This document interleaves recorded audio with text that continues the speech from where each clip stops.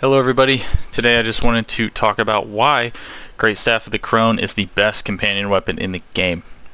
So, the first point I would like to make is that Pack Leader is the main thing that makes companion builds, or sorry, when I say companion build, I mean a companion build where you actually use them to do damage, right? Not necessarily to just like soup up a core skill with shepherds or something like that, right? So, your critical strikes have up to a 20% chance to reset the cooldowns of your skills. So your companion skills actually do a lot of damage on the active.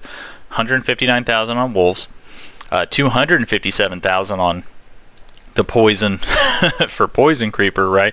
So being able to use these over and over again is pretty critical and crucial to these being good, right? Because you can see on the passive, the wolves do 16 to 20,000 damage on their auto attacks, which isn't really that crazy when you think about World Tier 4 and you think about higher up, but the 159,000 actually is something.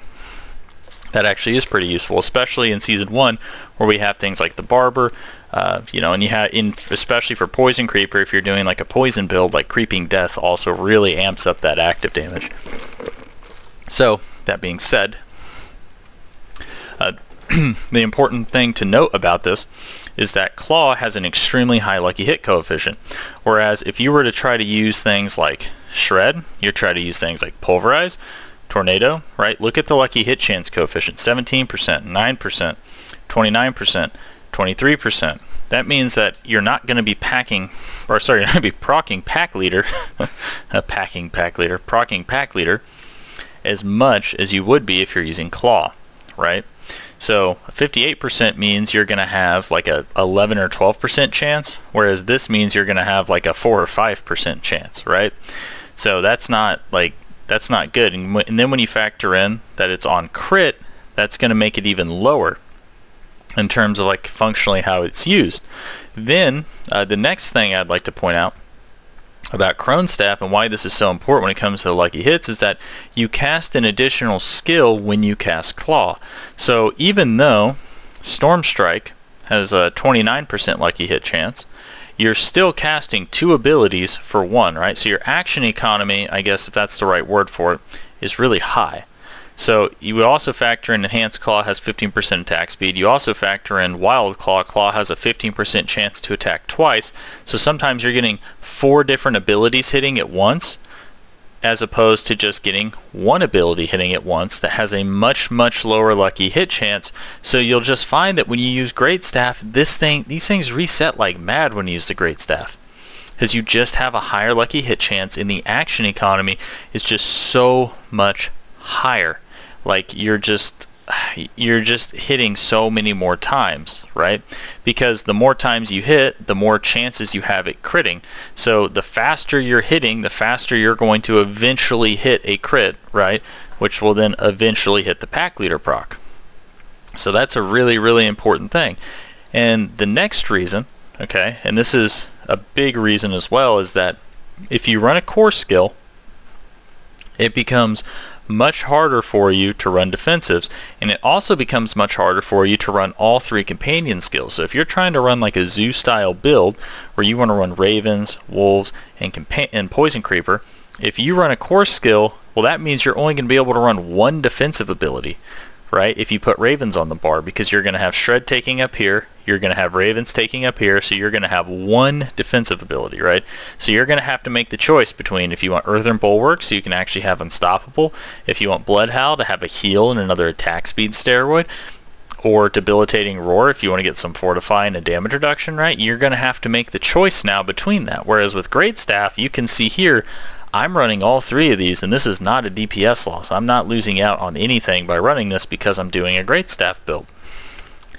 And another reason is, so when you do run things like Shred, Pulverize, Tornado, Lightning Storm, they also come with a pretty hefty legendary aspect requirement, right? If you're going to run Shred, you're either going to want to also have Grizzly Rage or you're going to want to have Blurred Beast. So if you're going to be running the whole Blurred Beast thing, that means you're going to want something like Aspect of Retaliation, you're going to want something like Shepherd's Aspect, you're going to want something like Aspect of the Blurred Beast. So that's right there, that's 3 different legendaries, and you'd say, well, you don't have to run Retaliation because you could just run Shepherds, but the thing is that when you're running things that are buffing your core skills, right? Blurred Beast is buffing your core skill damage. Or, well, sorry, yeah. Well, yeah, because it takes your shred and then it takes the poison damage and puts it as part of your shred. So really, yeah, it's just buffing your core skill damage. Shepherd's Aspect does only buff your core skill damage, right? Retaliation only buffs your core skill damage. So you're now taking damage away from your animal companions, because you could be running things like Edge Masters. You could be running things like Aspect of the Stampede. You could be running things like Aspect of the Alpha. But when you start to get into these core skills, you start to need to run other legendaries, right?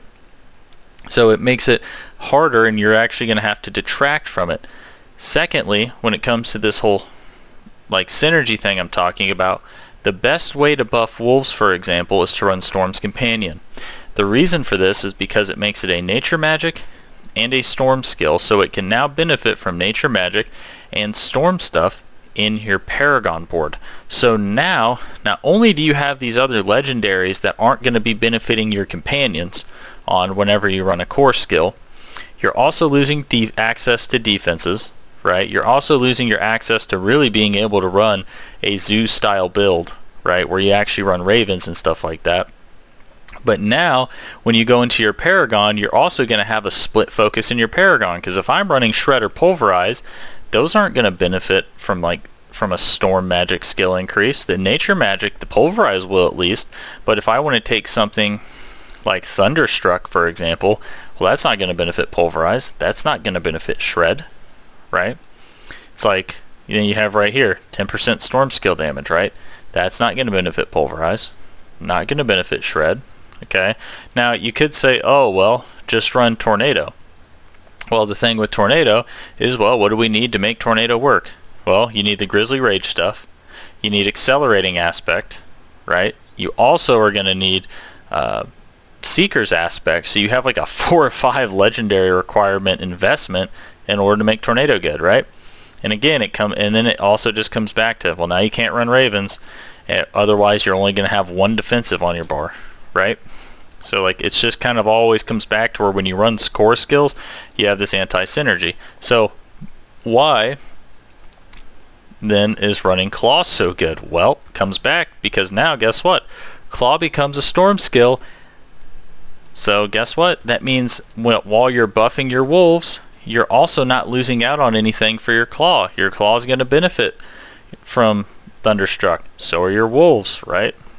Your Claw is going to benefit from the storm skill damage, right? Like, they're going to be benefiting from all these things together when you're trying to buff these things, right? So you pretty much just have like perfect synergy, especially with your wolves, when it comes to the companion stuff. Now, I will say this, when it comes to Poison Creeper, the cool thing about it is, so Ravens, so when it comes to Poison Creeper, the things that buff Poison Creeper also actually buff wolves, right? Because it says things like you deal extra damage to poisoned enemies. Well, your wolves actually do rabies, right? So when you increase your poison damage, you're also increasing your wolves damage, because you're increasing the damage they do with rabies with Aspect of the Alpha, right? So even when you put that stuff into the Paragon, you're actually getting synergy there. Not to mention, you have things like Toxic Claws, right? So with Toxic Claws, it says whenever you crit with a werewolf ability, which is what Claw is, you get poison damage, right? So even when you do poison damage, your Claw is still benefiting. So again, you still have near perfect synergy. Now, the one exception to this is Ravens, but Ravens is never going to have perfect synergy because there's no legendaries for Ravens yet. Like, there's not a whole lot to really be said about that. Like, Ravens, you're never really going to have perfect synergy with, but I will say this. It is being buffed next patch by quite a bit, so Ravens is going to be worth it, and I do think Ravens in a Zoo build is still worth running, because look at the lucky hit chance on it. It's 52%.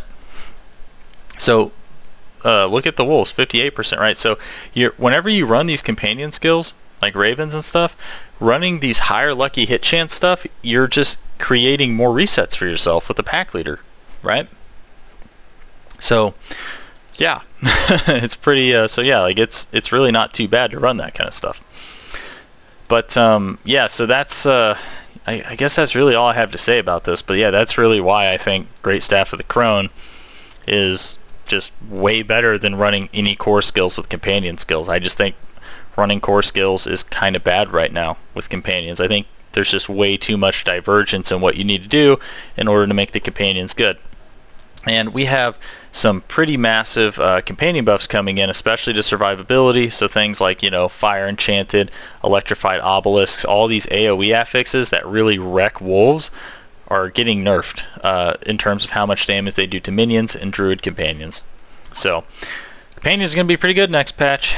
But anyways, I think it's going to do it for this video. Let me know your thoughts, if you agree, disagree, or maybe if you can think of some type of synergy that I didn't think about with the core skill, because, you know, I'm always open to criticism, to hear your guys' thoughts.